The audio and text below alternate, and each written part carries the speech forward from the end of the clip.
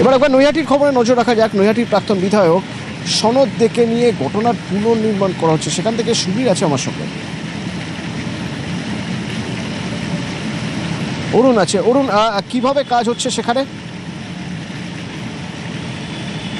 হ্যাঁ দেখো, আজ সনদকে যখন নৈহাটিতে আজকে নিয়ে আসা হয় ভোরবেলায়, তখন এলাকার লোক কিভাবে জেনে যায় যে সনদ আসছে, তারপরে কিন্তু এলাকার লোক তার উপরে ঝাঁপিয়ে পড়ে অকথ্য ভাষায় গালিগালা শুরু করে দেয়। তাই এলাকায় ইট ছুটতে শুরু করে। তারপর কিন্তু সনদকে চোর চোর স্লোগান হয়। এরপরই পুলিশ তড়িঘড়ি কিন্তু তাকে আবার গাড়িতে তুলে নিয়ে এলাকা থেকে চলে যায়। তার বিরুদ্ধে একাধিক অভিযোগ রয়েছে।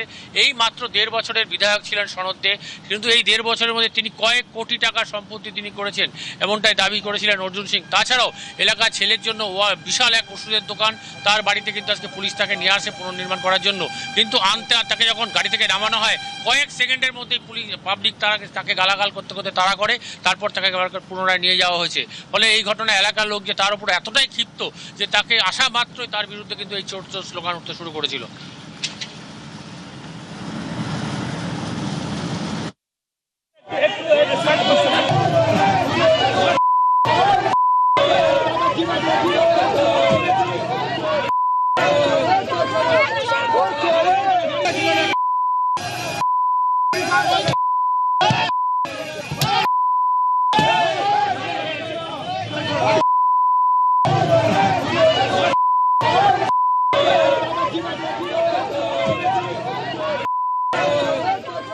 উনি তো মস্তান ছিলেন, মাফিয়া ছিলেন, তোলাবাজি করতে।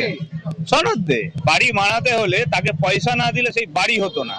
তার থেকে সিমেন্ট রড না নিলে সেই বাড়ির প্ল্যান পাস করতে দিতেন না। সরকারি ভাবে প্ল্যান পাস হয়ে যাওয়া বাড়ি উনি এসে আটকে দিয়ে রেখে যেতেন জোর করে। তো আমরা তো পুলিশের কাছে দাবি জানাচ্ছি, শুধুমাত্র তাকে গ্রেপ্তার করলে হবে না, তার যে বিপুল পরিমাণ সম্পত্তি, সেই সম্পত্তি কোথা থেকে এলো সেটাও দেখতে হবে।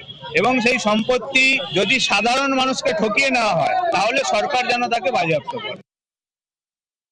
সনদ দে যে এমএলএ ছিল, কিভাবে ভোট দিতেছিল আপনারাও দেখেছেন। মানুষের উপর অত্যাচার করেছে, আমি তো মনে করি এটা খুব কম শাস্তি আছে। আরেকটা আছে বিষ্ণু অধিকারী, ও একজনের বাড়ি জমি নিয়েছে, আবার পয়সাও নিয়ে নিয়েছে।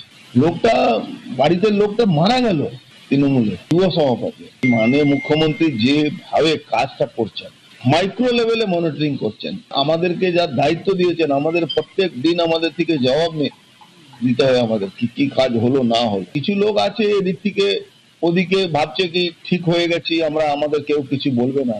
এই ধরনের লোকের কিছু উস্কারাতে এরা করছে। সনদ যার বাড়ি দখল করেছে, যার জমি দখল করেছে, যার দোকান দখল করেছে, তারা কি ছেড়ে দেবে না?